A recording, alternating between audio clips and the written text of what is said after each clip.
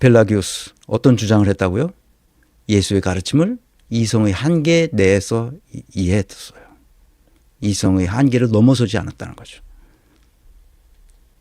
인간의 자유의지와 도덕성과 거룩함을 우리 스스로 만들어낼 수 있다고 가르쳤어요. 오늘날의 가르침과 거의 같죠. 그런데 펠라기우스는 정죄당하고 이단으로 몰려서 파문당했습니다.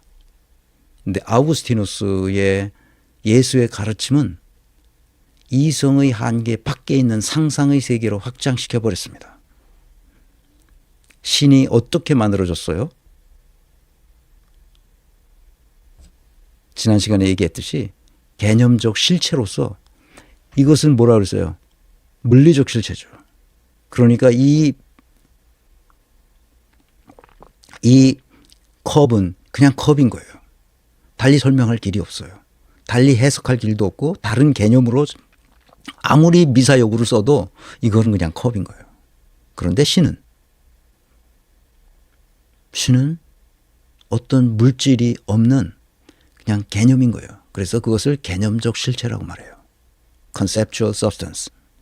그러면 그 개념적 실체는 사람이 생각하기 나름인 거예요. 갖다 찍어다 붙이면 무엇을 날조해도 그것을 다 신의 뜻으로, 신의 은총으로, 신의 섭리로 했다고 말해도 누구도 그것을 반증할 길이 없어요. 그렇다는데 뭐 어쩌라고. 상상의 세계, 허구의 세계로 확장된 겁니다. 아우구스티누스는 그것을 진심으로 그렇게 하는 것이 옳다고 믿었을 거예요. 아담의 후예인 인간의 전적 타락, 원죄서를 만들고 구원을 위해서 세례를 받아야 한다고 했고 모든 것은 다 신의 은총이고 자유의지 같은 거는 없다고 주장했죠. 신의 섭리로만 이 세계가 움직인다고 생각을 했어요. 성부와 성자와 성령이 삼위일체서를 주장했죠. 이것이야말로 신비한 주장이었는데 오늘날까지도 먹히죠. 이것은 뭐죠? 이성적 종교를 생각하는 것이고 아우구스티누스는 주술적 광기에 빠질 수 있는 여지를 확 남겼어요. 그래서 중세가 어떻게 빠졌어요? 주술적 광기에 몰입했던 시대가 800년에서 1000년을 갔습니다. 그래서 암흑의 시대를 거쳐서 마틴 루터가 종교개혁을 합니다. 그리고 많은 사람들이 나타나서 계몽주의 시대, 계엄령을 계몽령이라고 하던 놈들도 있잖아. 계몽주의 시대. 그러니까 18세기 계몽의 시대를 거쳐서 오늘날까지 오게 된 겁니다. 계몽됐다는 말은 우리가 이성의 영역 밖에 있는 것에 대해서는 모른다고 말하자. 그런 주장을 한 대표적인 인물이 바로 칸트입니다. 그래서 문해혁명이 일어나고 종교혁명이 일어나고 과학혁명이 일어나고 산업혁명, 시민혁명이 일어났어요. 혁명이 일어난다는 것은 우리의 이성이 발달함으로써 지금까지 해왔던 모든 일들을 그대로 드러내는 겁니다. 이성의 힘으로 드러내서 문명을 발전시켜 온 거죠. 여기까지.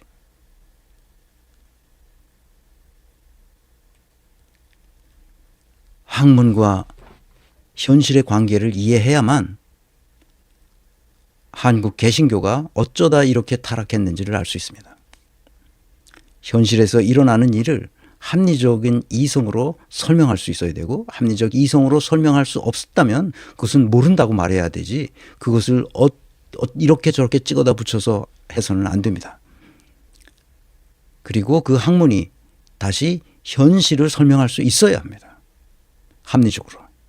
그래야 현실을 불합리한 것, 잘못된 것, 온갖 비리와 불법들을 고쳐나갈 수가 있어요. 그런데 그것이 없이 그냥 하면 문제가 심각해지죠.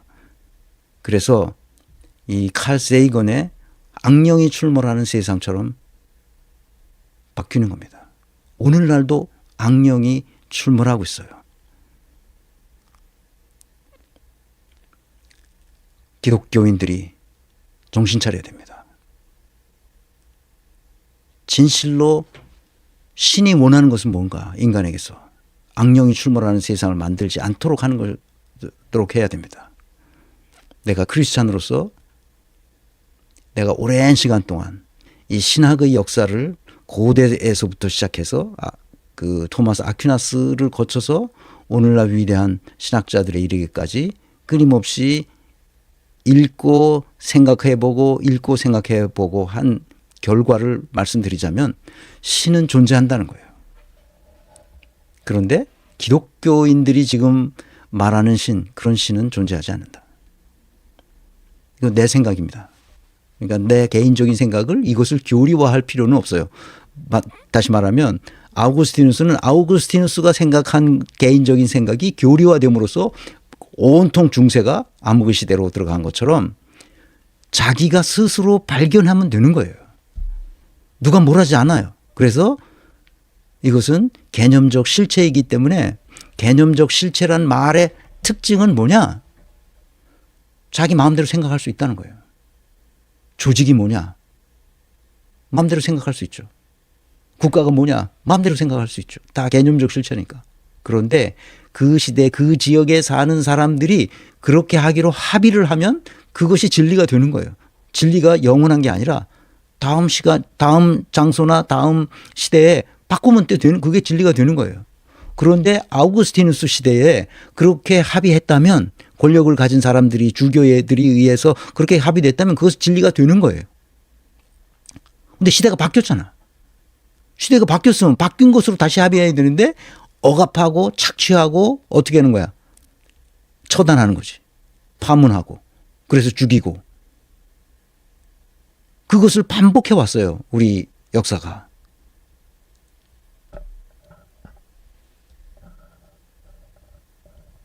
그런데 지금도 그러고 있어.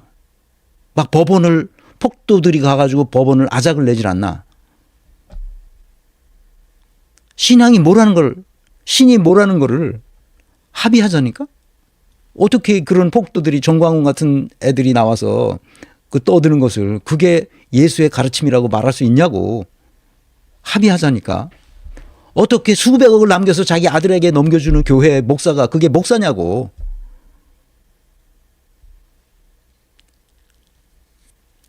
자기 남편 그 사업 잘 되라고 축복기도 해주는 게 그게 목사냐고.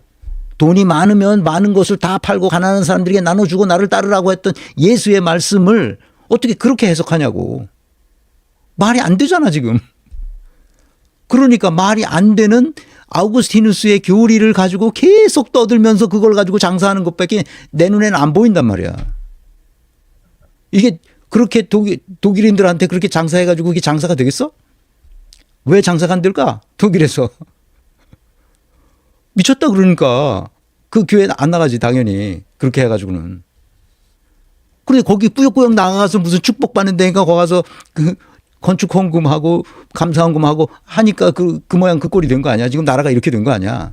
어떤 목사는 그 계엄령이 계몽령이라고 한다며?